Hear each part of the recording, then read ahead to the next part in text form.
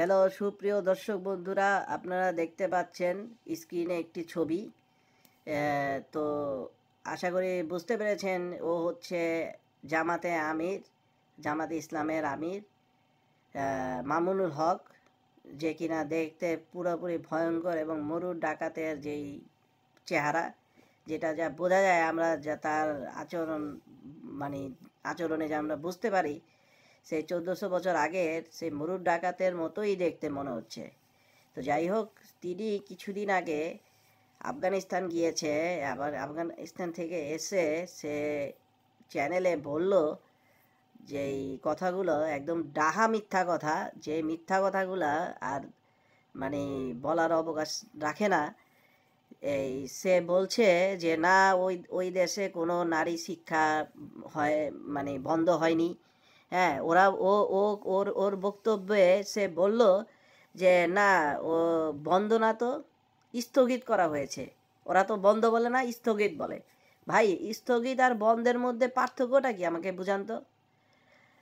আমি ওর কিছু কিছু এই কিছু ভিডিও ক্লিপ আপনাকে দেখাচ্ছি। আপনারা দেখলেই বুঝতে পারবেন যে ওর কত বড় ডাহা মিথ্যা কথা বলতে পছন্দ করে এই সব ইসলামিক মেন্টালিটির মানুষগুলা।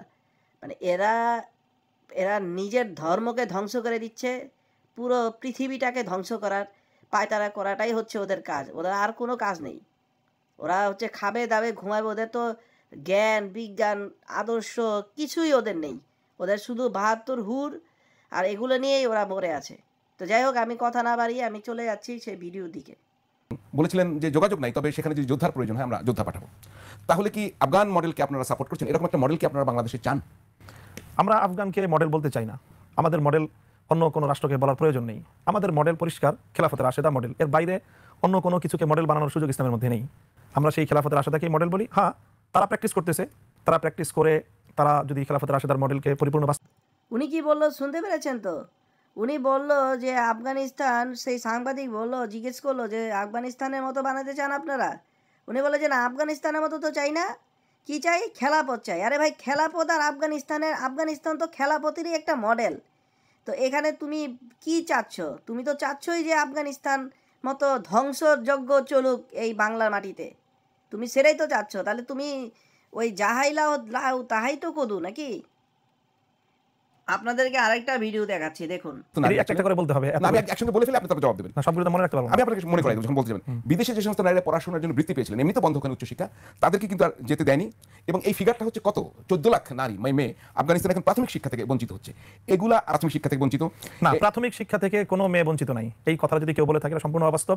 ক্লাস 6 পর্যন্ত সকল মেয়েরা, আমরা দেখেছি কাবুলের রাস্তাঘাটে মেয়েরা দল বেঁধে স্কুলে যাচ্ছে এবং তারা দল বেঁধে স্কুল থেকে বের হয়ে আসছে। সেখানে আমাদের দেশের মধ্যে একেবারেই সাধারণ ব্যবস্থা। তবে যারা মেয়েরা একটু বড় হয়ে যায়, তারা সেখানে স্বাভাবিকভাবেই তাদের লেবাস পোশাকের মধ্যে একটু ভিন্নতা আছে। এছাড়া ব্যতিক্রম কিছুই নাই।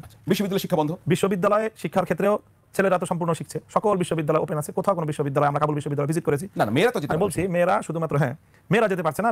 মেয়েদের জন্য শিক্ষার একটা পার্ট খোলা আছে, উন্মুক্ত আছে, যে তারা ইসলামী শিক্ষা শিখছে। হ্যাঁ, জেনারেল শিক্ষাটা তারা স্থগিত রাখছে, যে তারা এটা পুনর্বিন্যাস করছে, পূর্ণ শিক্ষা কারিকুলাম এবং অবকাঠামো সব। ওরে বাবারে বাবা, উনি দেখুন কত দাহা মিথ্যা কথা বলে দিল। উনি কি বললো যে নারীদের নাকি ওইখানে শিক্ষা হচ্ছে। তো যখন সাংবাদিক জিজ্ঞেস করলো যে ওইখানে তো ভার্সিটি বন্ধ হয়ে গেছে, নারীদের জন্য শিক্ষা নেই, তো উনি তখন কি বললো যে না, নারীদের শিক্ষা হবে, এখনো হয়তো হচ্ছে না, এটা সেটা। আরও ভাই অনেক ভিডিও আছে, যেগুলো বলতে গেলে ভিডিওটা অনেক বড় হয়ে যাবে। তো যেটা হচ্ছে যে বলেছে, আপনারা হয়তো দেখেছেন মিডিয়াতে, যে কিনা যে যত নারী রাইটার আছে, মেয়েরা যে লিখেছে, সেই রাইটারদের বই পর্যন্ত বন্ধ করে দিয়েছে ওখানে। তো আপনি ভাবতে পারেন। আর এদেরকে তো কেউ স্বীকৃতি দেয়নি। ও বলছে যে আমার এই বাংলাদেশের নাকি স্বীকৃতি দিয়েছে আফগানিস্তান। আরে ভাই, আফগানিস্তান বাংলাদেশ 71 সালে তো তখন আফগানিস্তান সেকুলার কান্ট্রি ছিল। তখন তো এই রকম তালেবান এরকম এই ভয়ঙ্কর এই এই দল ছিল না। এই লাদেন টাদেন এগুলো তো ছিল না তখন ভাই। তো ওই সময়কার কথা আর তুমি নিয়ে সব প্রশংসা করছো। এবং আরেকটা ক্লিপ আছে, আপনাদেরকে দেখাচ্ছি, দেখুন আপনারা। আচ্ছা, কথা বলছেন, তার ভিতরে খনি একটি বড়। আপনি বলেছেন। ওখানে আপনি কি এটা লক্ষ্য করতে পেরেছেন বা আপনারা কি দেখার চেষ্টা করেছেন যে আফগানিস্তানের মূল ব্যবসা হচ্ছে মাদক ব্যবসা, পপি বিজনেস, পপি ফুলের ব্যাপক চাষ হয়, ওখান থেকে আফিম হয়, সেটিকে আপনারা লক্ষ্য করেছেন, সেটি কি বন্ধ হয়েছে? প্রশ্ন সেগুলো তো করেছিলেন? এক সময়ের ইতিহাস। এখন আমরা প্রশ্ন করেছি খুব ভালোভাবেই, তারা টোটালি রাষ্ট্রীয়ভাবে সেই পপির বদলে এখন তারা ব্যাপকভাবে জাফরান সহ এমন বেশ কিছু উন্নত মানের উদ্ভিদ তারা উৎপন্ন করছে। দেখুন, আফগানিস্তানের অর্থকরী ফসল যেটা কৃষিক্ষেত্র থেকে আসে সেটা হচ্ছে আফিম এবং গাঁজা। তো এই আফিম বিক্রি করে সারা ওয়ার্ল্ডের মধ্যে তারা অর্থ উপার্জন করছে এবং অস্ত্র ব্যবসা করছে, অস্ত্র তৈরি করছে, অস্ত্র মানুষকে মেরে কেড়ে সব কিছু শেষ করে দিচ্ছে। আর এই লোক কত বড় হারামি, কত বড় ডাকাতের মতো কথা বলে যাচ্ছে, মানে বলে না যে ডাহা মিথ্যা কথা, এই লোক ডাহা মিথ্যা কথা বলে দিচ্ছে যে কিনা ওখানে এই না এগুলো তো হচ্ছে না, বন্ধ হয়ে গেছে। আরে বাবা, তুমি কত সাধু গো ভা, তোমার কথা তোমার কি মনে নেই? 501 নাম হয়েছে কিভাবে? তুমি কি বলেছ যে বিয়ে, বিয়ে এটা কি নৈতিক বিয়ে, নৈতিক? হ্যাঁ, তুমি নৈতিক বিয়ে আবার কি বলে বুঝাও? তোমার কোরআনে হাদিসে আছে নাকি এইসব কথা? তুমি বলে দিচ্ছ আর জনগণও বলে নিবে, বুঝে নেবে।